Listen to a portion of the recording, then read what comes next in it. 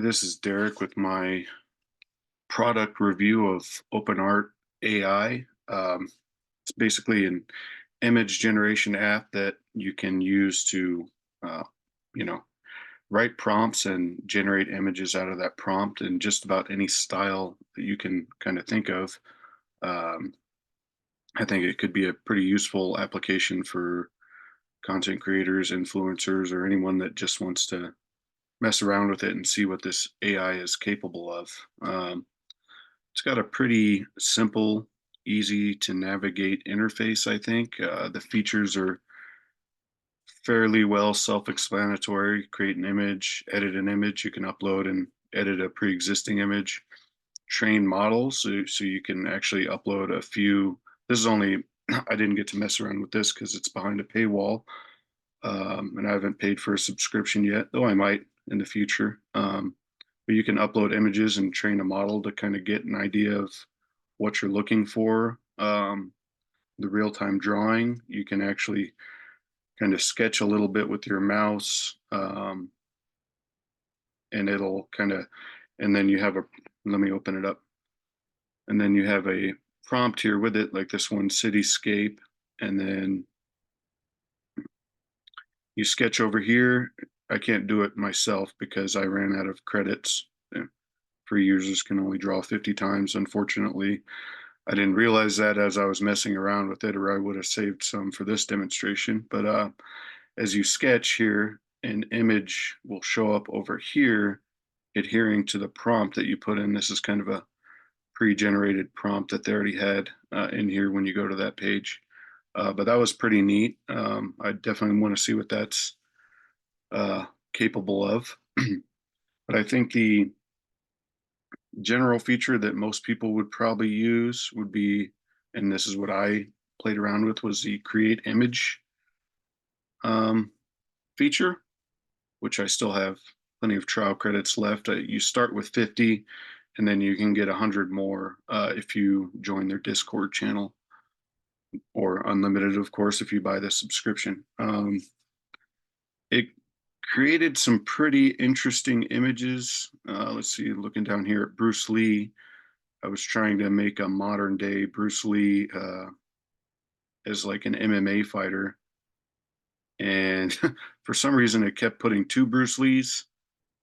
Maybe that's because Bruce Lee is so fast that the AI thought he would be in two places at once. I'm not sure. Kind of no matter what I did with the prompt, though, it wouldn't. It kind of got stuck in the idea of two of them for some reason. I tried to change him as a pro wrestler at one point.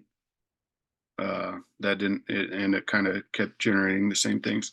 I think that's more on my end, though, as far as prompt generation, and then not taking advantage of some of these features. Like you could put in a negative prompt. You can do prompt adherence. So the lower the number, the more creative you're allowing the AI to get. Uh, I'll look into that more in a minute with some of my other pictures. Um, you can actually guide it by, say, you can do pose reference right here, upload a picture of how you want them to be posing, composition reference, same thing, upload a picture, style reference. You can upload a picture so it mimics a certain style, face reference. So if I wanted it to, if I didn't think it looked enough like Bruce Lee, I could upload an actual existing picture of Bruce Lee there, and then some other advanced. Not sure exactly what this is. I didn't look into that feature. You can change your image size and all that, and then number of images. So a lot of the times when I was doing my trial runs, I was going 3 images at a time. That's why you'll look at some of these and it has the same prompt. For this one, it didn't really work out so well in generating different images by doing that. So that was kind of a waste of credits there. But let me go back. So like I said, with the prompt adherence, this is odd because for these I turned, oops, I need to download that. For this, I turned the prompt adherence all the way up, and then it kind of got a little wild on me there with the I don't know, some LSD colors or something, but um, yeah, that didn't quite work out so well.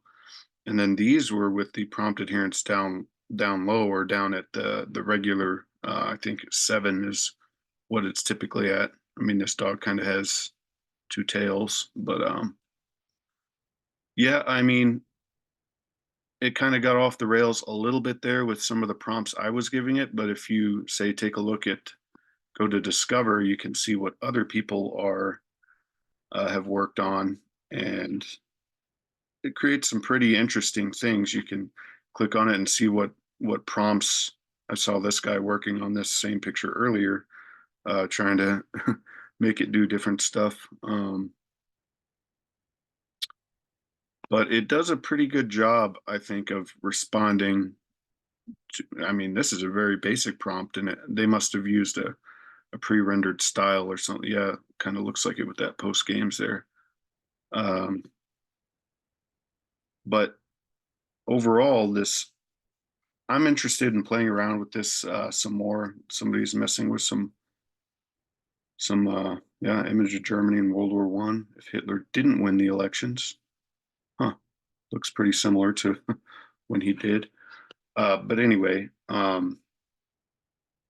so even though I had a couple issues getting the prompts to do exactly what I told them to, I think with some prodding and everything, you can get it dialed in pretty well. If I had more credits, I would have worked on some of these. But well, here's some of these I was working on earlier today with some bears, and you can see them getting more and more dialed in as it goes,